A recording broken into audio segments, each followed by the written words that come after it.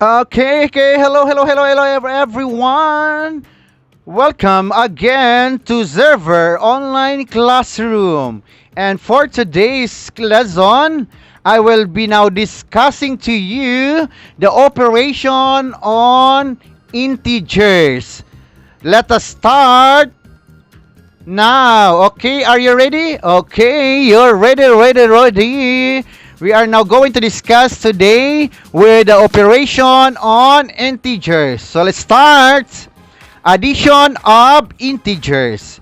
Okay, as you can see on the board, that is addition of integers. From the word itself, we are going to add. Okay, we are going to add. But here, with the different in your grade 6 lesson, we already discussed you a little background on integers, on like sign. Okay, so we have addition of integers. So we have two to consider: same sign and unlike sign. Same sign and unlike sign. Okay, to add integers with the same sign, you are going to add their absolute values and copy the common sign in the answer. For example, this one, plus, positive, plus, positive. If you're going to get the sum of the two positive number, the answer is positive. Okay? And when you're going to add negative plus negative, the answer is negative. Okay? In short, if you're going to add the same sign, the answer is the same sign. You are just going to copy the sign, the common. Okay? Positive plus positive is equal positive. Negative plus negative is equal to negative. Okay? Then for unlike sign, for example, or to add integers with different sign or unlike sign, get the difference between their absolute values and copy the sign of the integer with a greater absolute value. Okay, you're going to copy the sign of the bigger number. In short, the sign of the bigger absolute values. For it depends on the sign. Okay, it depends. Positive plus negative is equal to negative plus positive is equal to. It depends because again, to add unlike sign, get the difference of the two numbers and you are going to copy the sign of the bigger absolute value. Okay? For example, of the addition of integers. Okay? For example,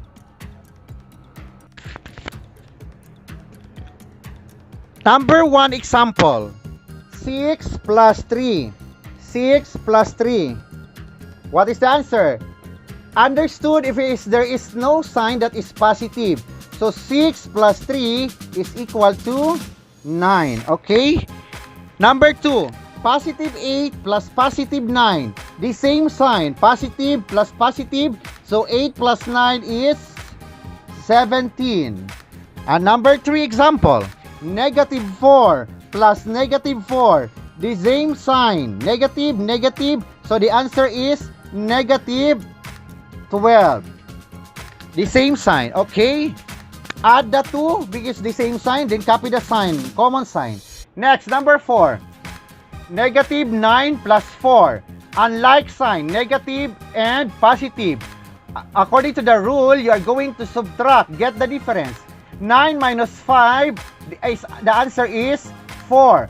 But what will be the sign? You are going to copy the sign of the bigger absolute value, which is negative 9. The absolute value is 9. And that is the sign is negative. So you are going to write negative 4. Copy the sign of the bigger absolute value, negative 4. Okay? Next example, 10 plus negative 14. Unlike sign, get the difference. 14 and 10, so the difference is 4. but what is the sign?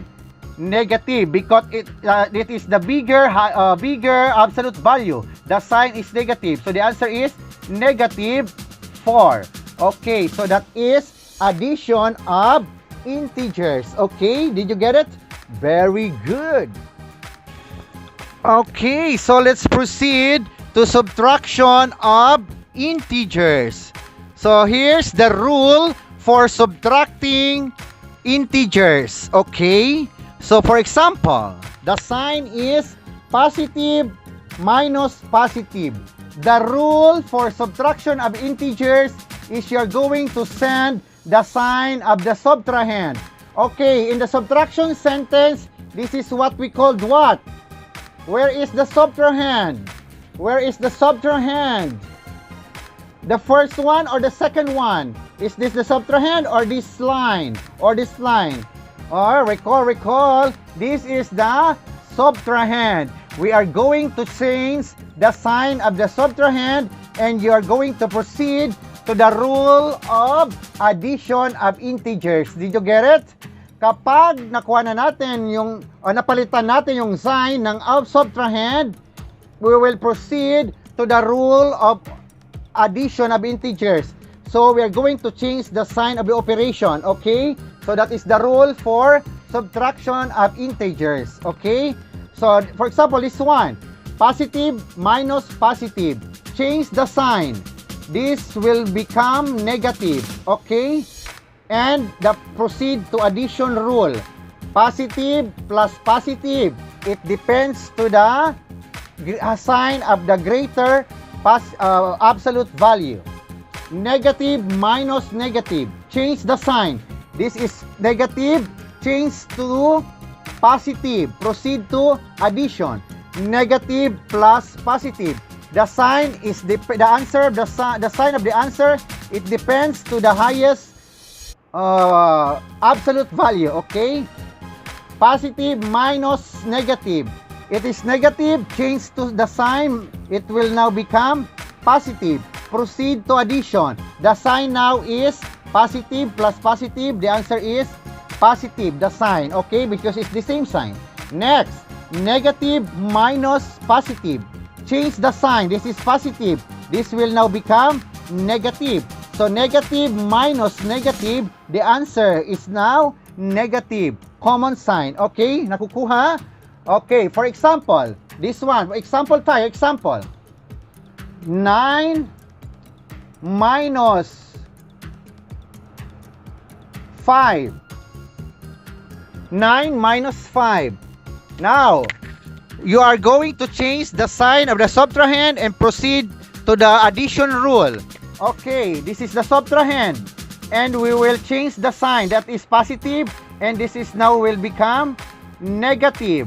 Then proceed to addition rule. Did you get it? Now, 9 plus negative 5, unlike sign, you are going to get the difference. The answer is 4, but what will be the sign? The sign will be from the highest absolute value, which is positive. So the answer is positive 4. Okay? That is first one. Negative minus negative. Example. Negative 8 minus negative 3. What will be the answer? Okay, the rule, you are going to change the sign of the subtrahend. This is negative 3. So change the sign. Will now become positive. Proceed to addition. Now perform the operation of the addition rule. Negative 8 plus positive 3. Unlike sign, you are going now to subtract. Subtract 8 minus 3 is 5. But what will be the sign? This is the highest absolute value, 8. So this is the sign. Copy the sign. Negative 5. Did you get it? Okay, now on this next set, negative minus negative. Negative 4, or I mean positive 4 minus negative 5. Positive 4 minus negative 5. Rule says change the sign. Negative will now become positive and proceed to the addition rule. So 4 plus 5, now common sign, like sign.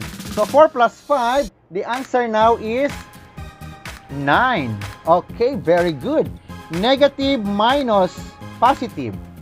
Negative 6 minus 5.